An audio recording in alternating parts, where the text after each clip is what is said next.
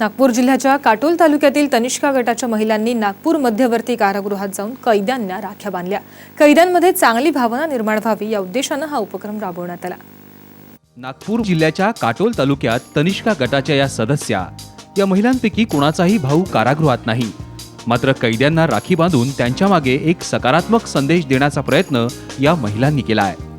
आजचा हा आमच्या आयुष्यातला सगळ्यात चांगला इव्हेंट आहे की आम्ही आज रक्षाबंधनच्या उपक्रमानिमित्त इथे आलो आणि आतमध्ये कैद्यांना भेटलो। आम्ही जेव्हा राखी बांधली त्यातला एक कैदी आमच्याकडे म्हणजे जवळपास सगळ्याच कैद्यांनी आमच्याकडे पाहून असं स्मित हास्य केलं आणि त्यांच्या चेहऱ्यावर जी रौनक दिसत होती की खरंच आनंद वाटत होता की आणि तेव्हाच मला वाटलं की आज आम्ही इथे काहीतरी सार्थक केलं, हेच मला सांगावंसं वाटतं। आज इथे कारागृहात आल्यानंतर इतकं म्हणजे 16-17 वर्षानंतरचा रक्षाबंधन मला वेगळंच वाटत आहे आणि त्यांच्या राखी बांधल्यानंतर त्यांच्या चेहऱ्यावर जे हास्य बघितलं ते बघून मला फार आनंद होत आहे। आज रक्षाबंधनाचा एक पवित्र दिवस असतो।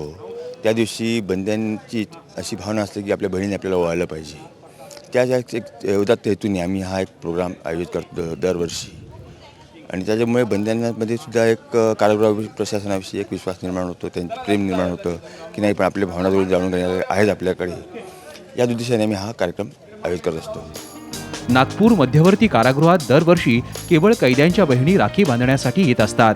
यावर्षी तनिष्काच्या महिलांनी कैद्यांना राख्या बांधून एक नवीन परंपरा निर्माण केली। कॅमेरामन मनोज आगलावेसह संजय डाफ, साम टीव्ही, नागपूर।